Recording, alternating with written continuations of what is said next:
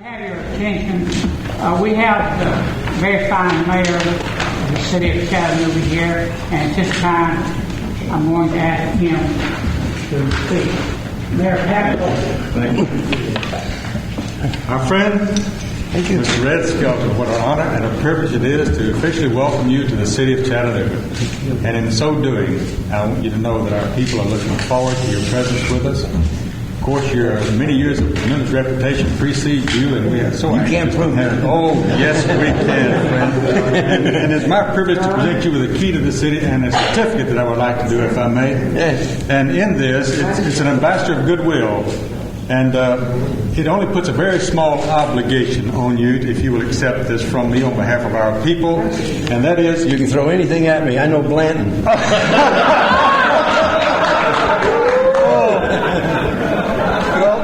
Through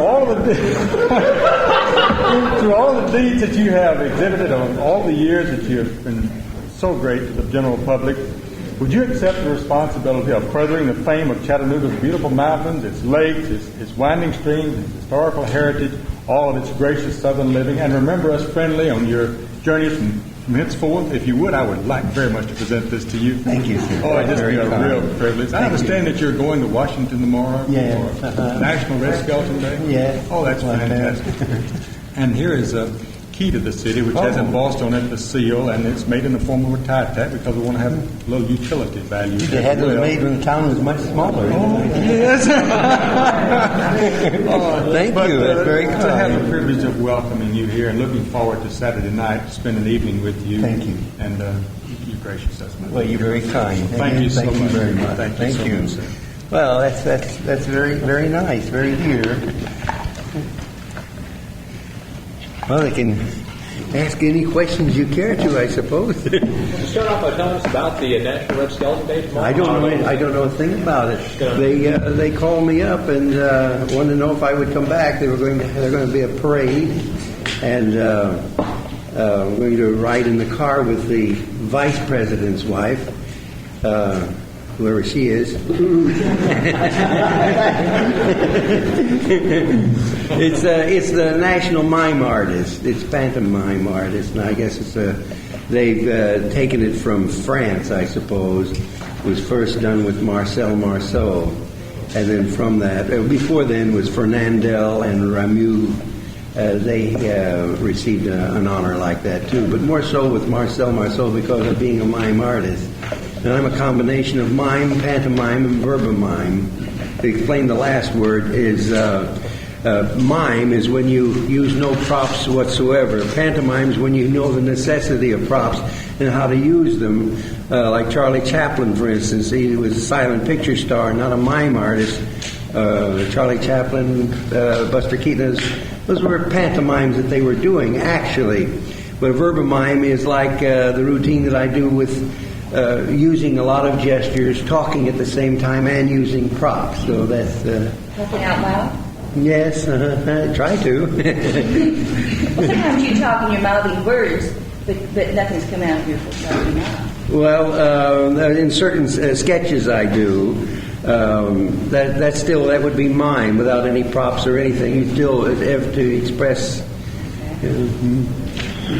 Mr. Skelton, one of your talents a lot of people don't know a lot about is your music writing. Share something of that, please. Well, I've written 64 symphonies. The London Philharmonica recorded 4 of them. I have one. They play my music on the way in as you're coming into the theater for an hour and a half. And this is excerpts from the symphonies. And then there's the albums. I have about 22 albums out. You hear my music all day in supermarkets, things. I have a contract with Muzak. And I've written over 12,000 musical selections. I write 5 musical selections every day.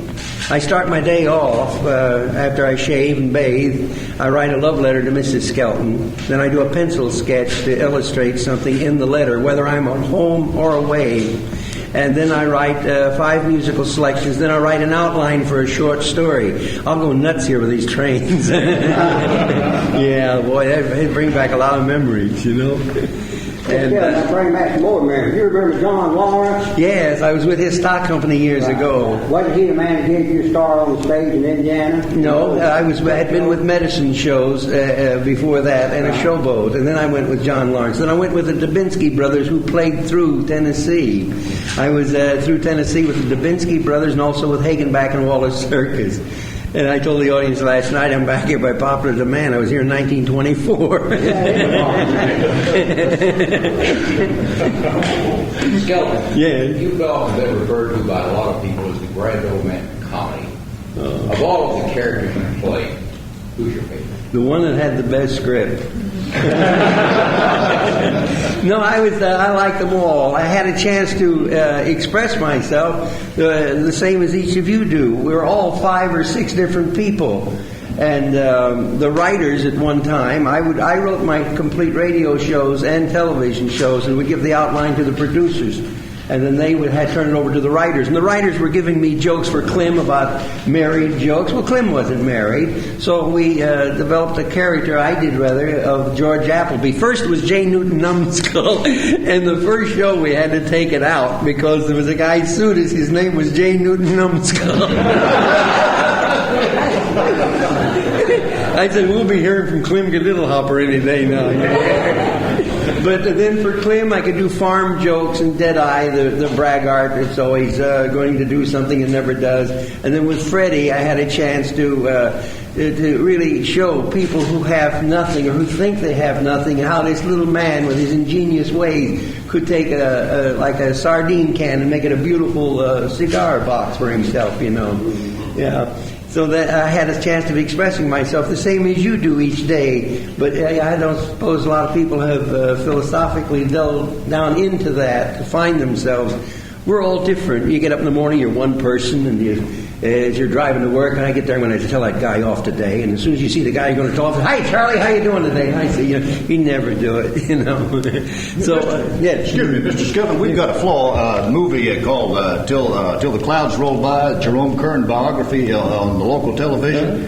One, the big flaw, everybody at MGM is in it, Red Skelton isn't. Oh. Didn't you make a film, Jerome Kern, a musical, a few years after Till the Clouds Roll By, about 48 or 49? Didn't you star in a...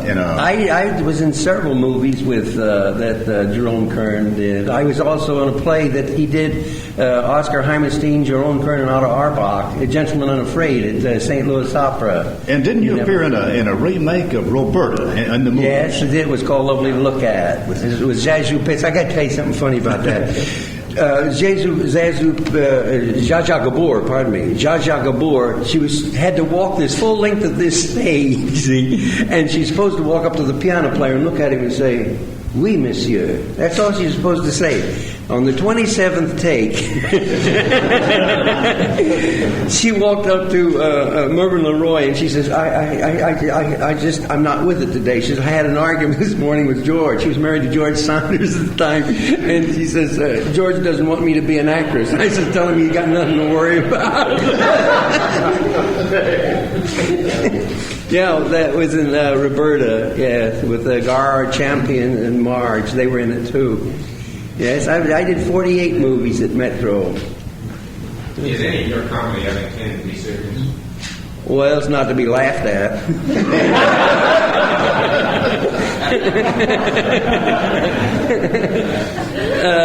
I think subliminally I plant things in my work while I'm on stage.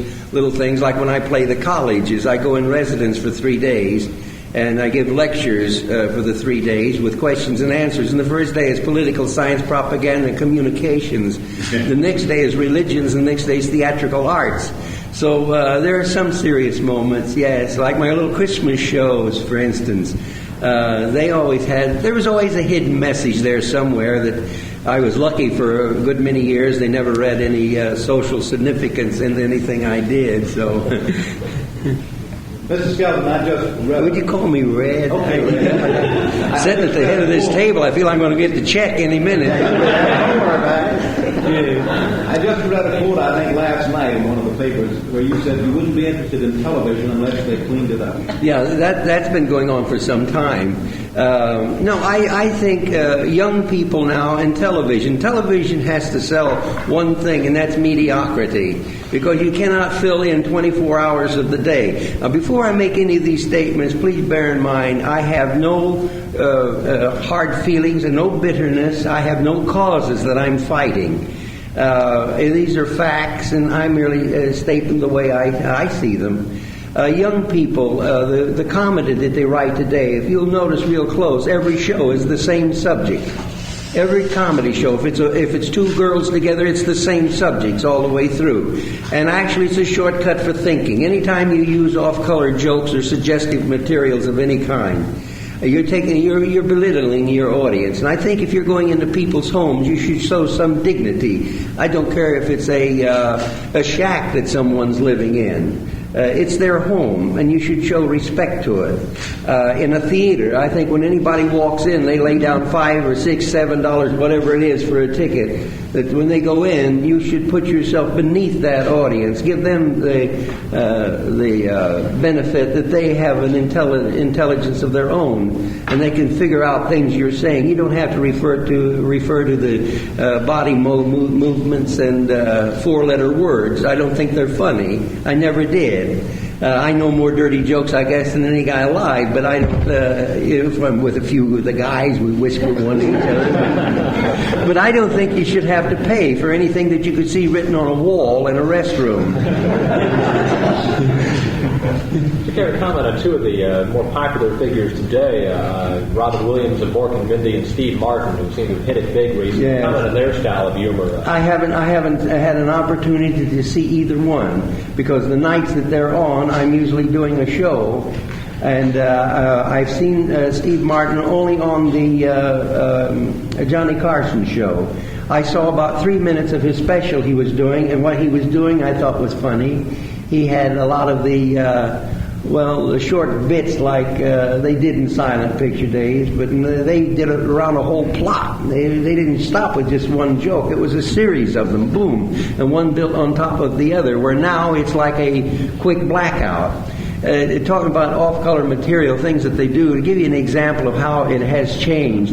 I was in burlesque, and it was in Wheeling, West Virginia, and the show got arrested, and I was the cause of it. I was doing a sketch. We were dressed in old-fashioned costumes, and I take off my hat, and I pose on my knee, and I say to the girl, she had on this long dress, she said, I said, would you like to take a walk? She said, I think it's going to rain. I said, what's that? She said, I think it's going to rain. I said, gee. And she lifts her skirt just a little. And I said, gee, I'd like to see it clear up.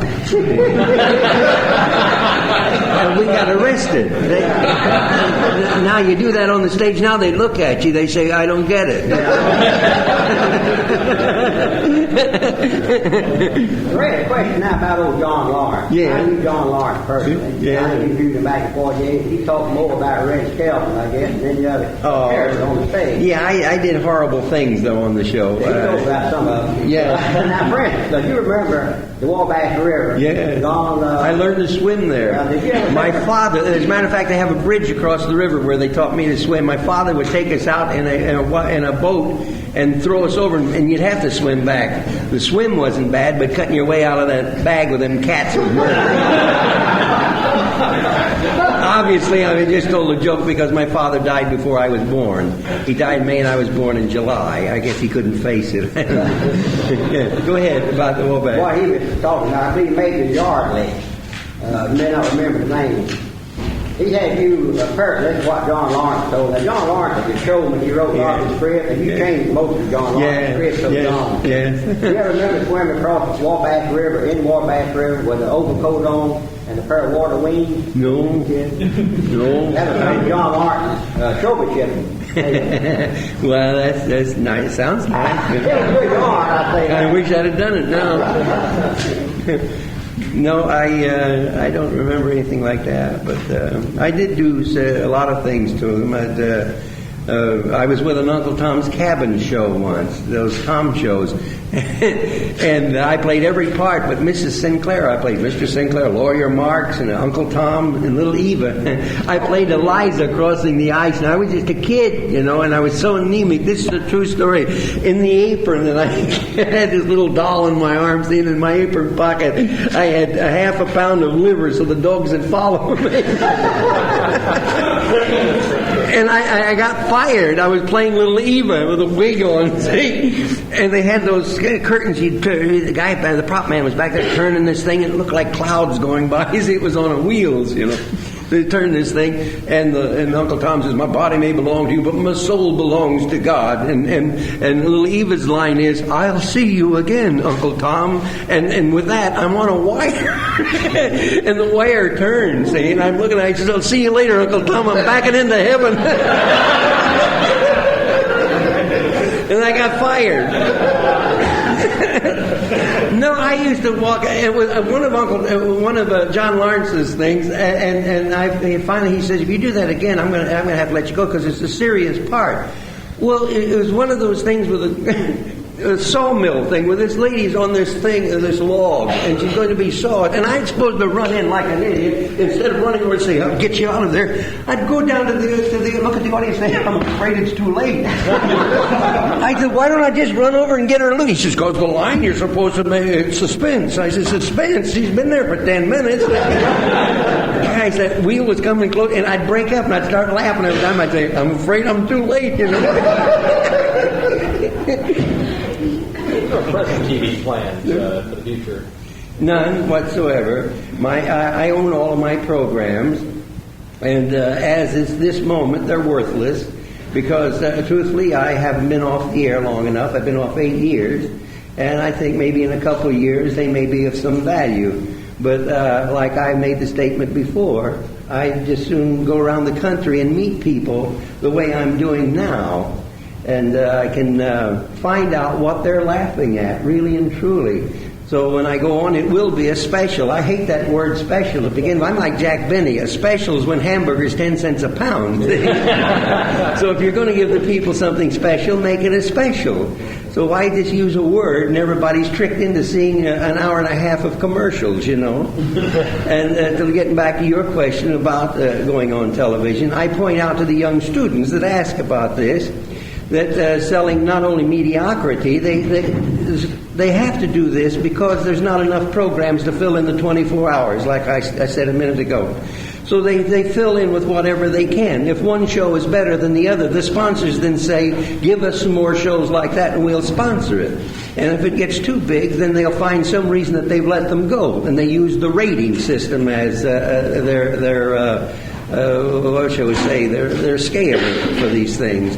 In the 37 years I was on radio and television, I was never out of the ratings in the 15. I was never out of the top 15. In television, I was never out of the top 10. So they can't, when I went off, I was in 8th place. So they can't say that that's what it is. They must sell violence for one reason. See, they don't care really and truly about the public. All they care about is the stockholders. And if they can sell the same thing, you have no choice. The people have no choice of what to look at, and the sponsors have no choice of what they're going to buy. Anything is presented. And they sell violence for one reason. They sell commercial time for $250,000 per minute. That's $125,000 for 30 seconds. Now, anybody that says violence and vulgarity and things doesn't affect your brain, they're wrong. Because if you can subliminally sell a product in 30 seconds, what does 1 hour of this violence and off-color things do to your brain? It's that simple. So they create a fear. People are afraid to go out of their house. They stay home. If they stay home, they watch television. If they watch television, they sell more commercial time at $250,000 per minute. It's that simple. You see, I don't want to be a part of it. I think if you're going to entertain people, you should entertain. I did make a statement that television gets worse every year. Right now, they're 10 years ahead of schedule. Don't get me wrong now. These very same things I'm saying now, I have said in front of Mr. Paley and the heads of the networks. So they know what's going on. They're trying. It's not the local stations' fault at all. Although that weatherman, he's I can't understand the guys. Well, here we are over here this week. He says, "Did you hear about the floods up north?" And they're laughing about the weather, and that hits me kind of funny. He says, "Well, there's a big dark cloud. Oh, that's my shadow. I'm sorry." And everybody, when they give the news, it seems like they're happy about all tragedy. See, they stand there and they clown with each other and they joke and stuff instead of reading the news. And maybe it's because I like newspapers too. Oh, I knew we'd hear from you sooner or later.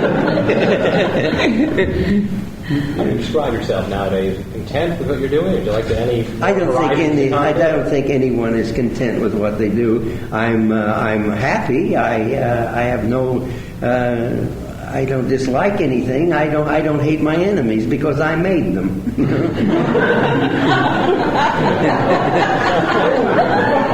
To me, each breath's an adventure. I get a kick out of everything that goes on. Sometimes I get grumpy like everybody else. You get tired. And then I get grumpy and gripe a little, but not to the point to where we're going to break off friendships or things. But I paint every evening. I'm in the mail order business with my children's books and my music and my paintings. And my home is in Anza, California, Anza. And when at Easter time, I'm going back then, and I have over 14,000 signatures I have to put down on these things that have been sold. I sign everything, so that way they're numbered and signed, and there's a lot of people who are bootlegging these now and forging my name on them. So I go back and do it myself, and I put little secret marks on them. So when people walk up and say, "Would you sign this?" I said, "Where did you get it? It hasn't been signed." Or I said, "That isn't my signature." They said, "Well, we got it from so-and-so." I said, "I'm sorry, I won't sign it." Well, they said, "It's your signature." I said, "It's forged." They said, "Well, put it on there anyhow." I said, "No, on the back. If you see a little stone there, a little mark of some kind," I said, "I'll tell you if it's mine or not." He says, "If it's forged, how could you tell it was your signature?" And what's strange about this whole thing is when someone steals a copyrighted piece of material or anything, it's a misdemeanor. And the biggest fine they're going to pay is $50.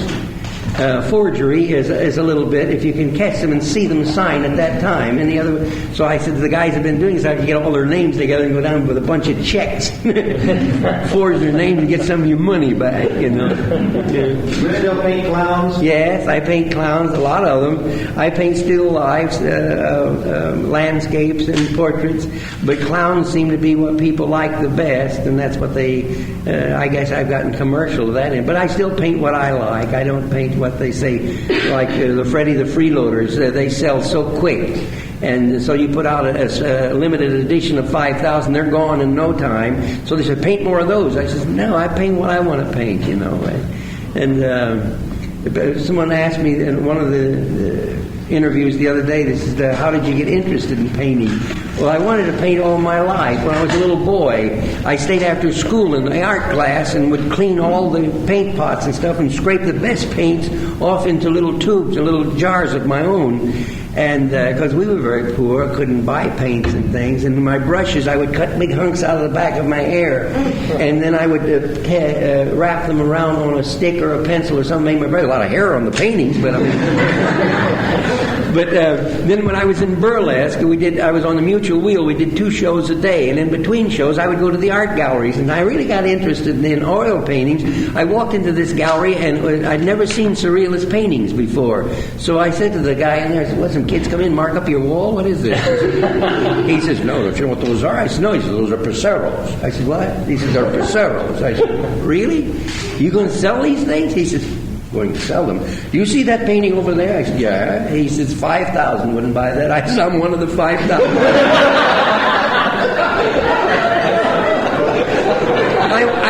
I went out and bought some oil paints, and I've been painting ever since. Red Skelton had any regrets? If you had your life to live over again, would you do anything different? No, if I had my life to live over again, I wouldn't be sitting here now if I changed one thing. I think you must learn the vicissitudes of life to be able to go out and meet your fellow man and reach down to the depth of his soul and be able to walk out on the stage and imitate him and mime him without hating him completely.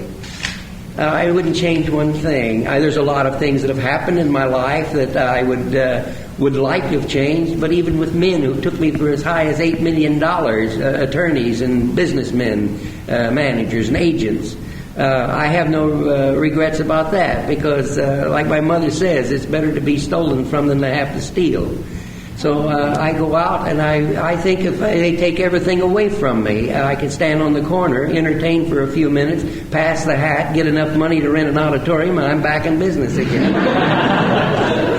At least it's nice to think that anyhow. That way I go to bed at night hating anybody. My wife and I have a very wonderful thing we do. I think it's nice anyhow. Somebody hurts us, we think of 5 of the nicest things we can about that person. If they hurt us the second time, we think of 5 of the nicest things we can about them without repeating any of the first 5. If they hurt us the third time, I light a candle for them. I pretend they're dead. You can't bring back the dead. You have respect for them, and I don't think about them anymore.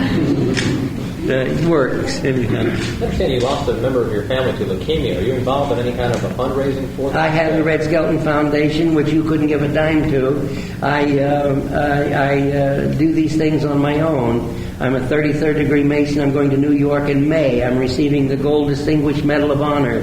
I've built 2 Catholic churches, 2 synagogues, an orphanage in Israel, and part of a leukemia hospital in Japan with my own money, not one dime taken off my income tax because I wanted to do it. I feel I'm giving it. I don't want anyone to help me out. And in Vincennes, I have the Red Skelton Needy Children Fund, where every Christmas and Easter, at Easter time, they get new clothes. And at Christmas time, I see they have food and clothes. And I take care of that. You know, that's another thing you couldn't give one dime to, because that's me.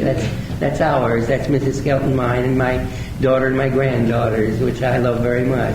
I love the people. I'm going around the country meeting because you're my family, whether you know it or not. The only family I've ever had has been you folks. When I come into your living rooms by television, radio, you don't invite your own relatives in that often. And to go out now and meet all these people, and my family understands this, but when I get home, it's their turn, and we lock that gate, and we're not recluse, but I dedicate my time to them then. But they understand. My little granddaughter, for instance, she was writing around Christmas time, and she says, "You going out on tour again?" And I said, "Yes." She said, "What you doing now? Writing some things to make your kids laugh?" I said, "I'm trying to." Like every grandparent, I suppose you talk about their grandchildren. And I like to tell about this. She finds my area code number wherever I'm at. So now they don't even put that down, you know. And especially now the town, because she can turn to the back of that phone book and find what city we're in. And she's only 8 years old. When she was 5, I was in Minneapolis, and the phone rang. It was 2 o'clock there time in Minneapolis, and she said, there's a voice on the phone, it's Sabrina, and it's long distance, and she said she wants to talk to her grandfather. And I said, well, put her on. I said, Sabrina, is that you? She said, yeah. I said, everything all right? She said, yes. I said, is your mother okay? She said, yeah, but don't talk too loud. So I said, well, what's wrong? Is everything all right? She said, well, not exactly. She said, I have my little friends here, and little Linda's never been away from home before. She said, I want you to make her laugh. And she said, do the half-wit playing with a feather. I said, that's a pantomime. You can't do that on a phone. So I write riddles. I have riddles always ready for her. And the riddle I did with her that time, I'll do it with you. What's red and goes ding-dong? I don't know. With a red ding-dong. now, what's blue and goes ding-dong? A blue ding-dong? No, they only come in red.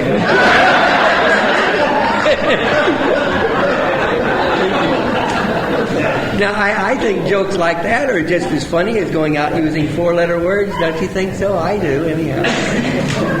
Did Johnny Carson get his first break on your show? Well, Johnny Carson's a talent of his own. I don't think anyone gives another person a break. Maybe he was there at the right time. He was one of my writers, and I was doing this sketch where I was supposed to be in the penitentiary. We didn't have Ray Blanton then, you know.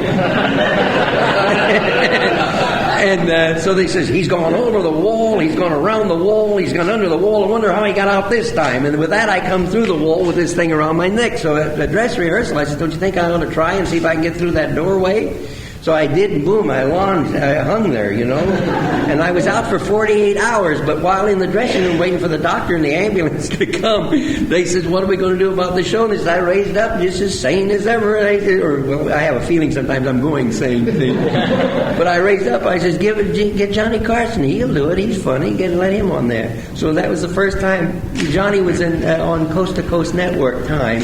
and we're very dear friends to this day, but I don't mention it to him, but he talks about it quite a bit on his program.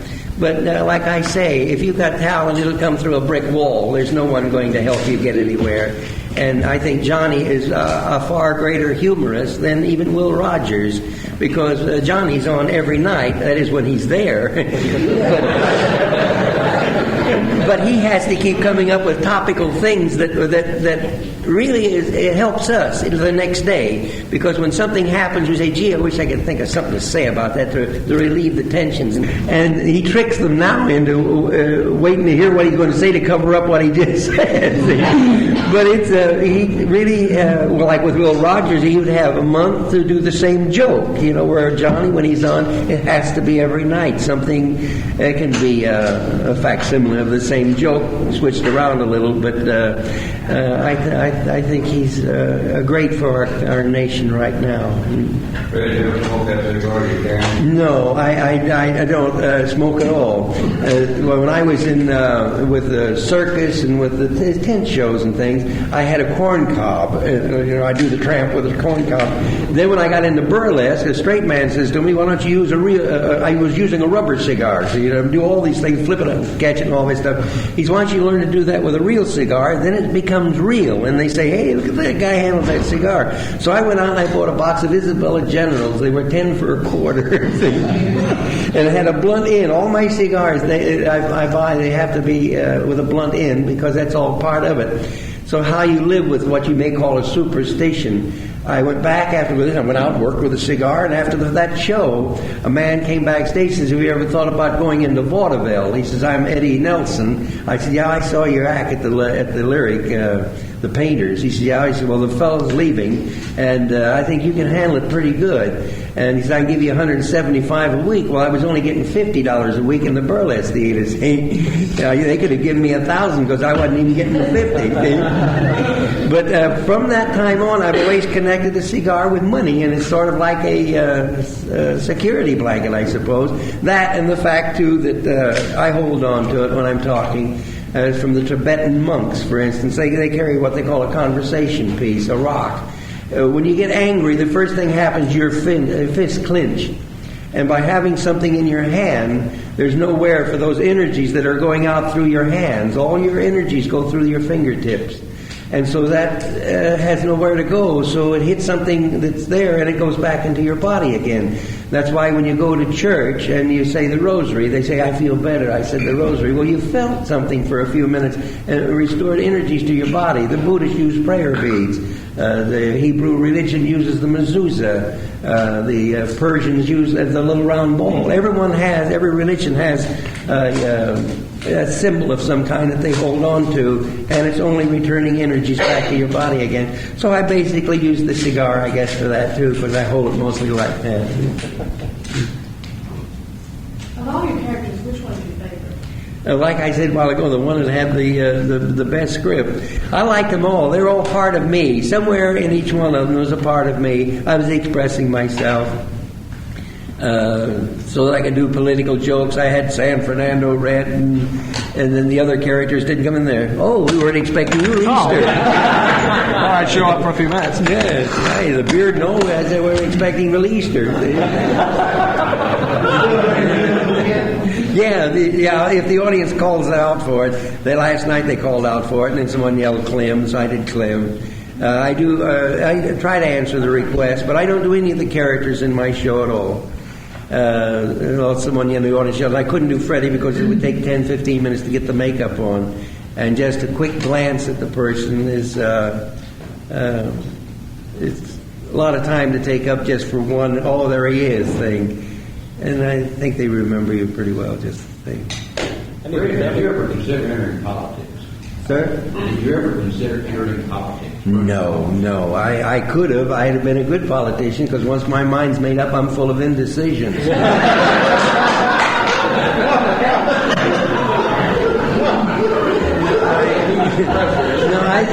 No, not president. I just saw Jimmy Carter's last popularity poll. He went right off of the political page over to the one-ad section. No, that'd break my heart. And I stay away on the stage. I use a couple of them, but I reason the trouble with political jokes is sometimes they get elected. Something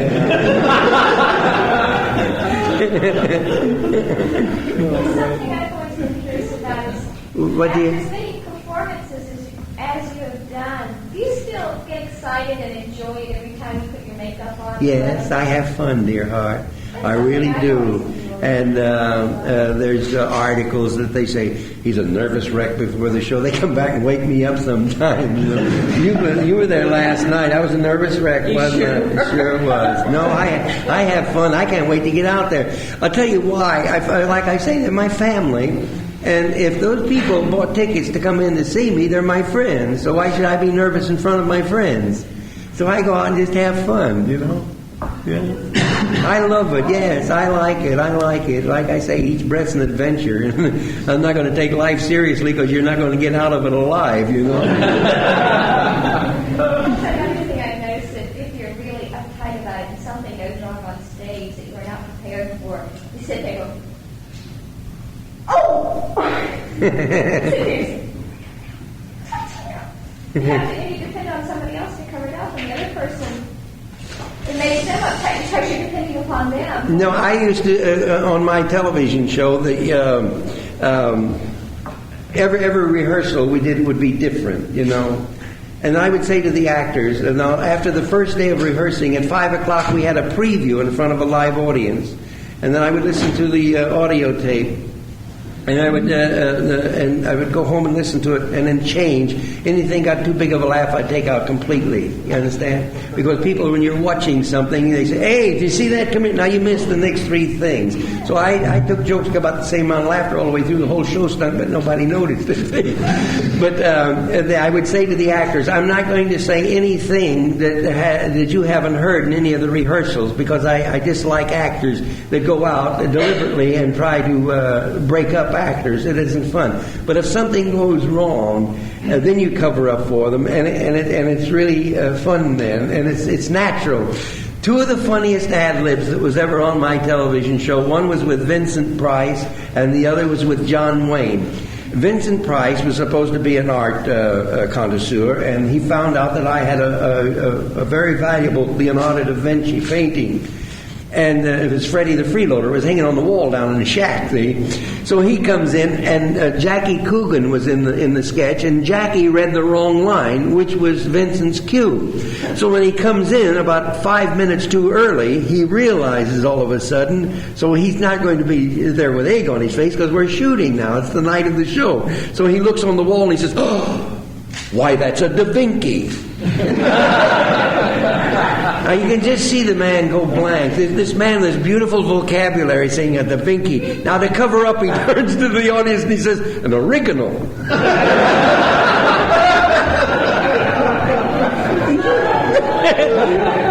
That was one. Now the other was with John Wayne. There was a little girl in the show by the name of Shannon Hale.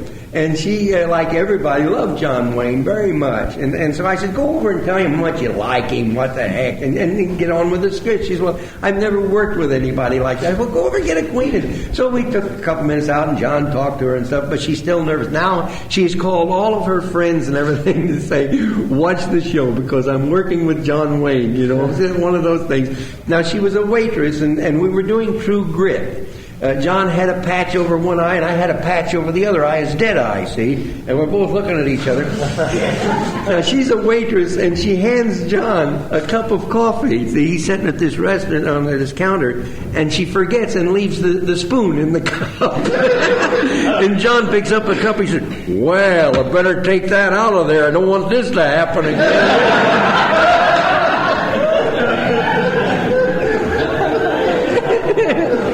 What makes it funnier is because it's the first time ever anyone explained what happened to True Grit's eye.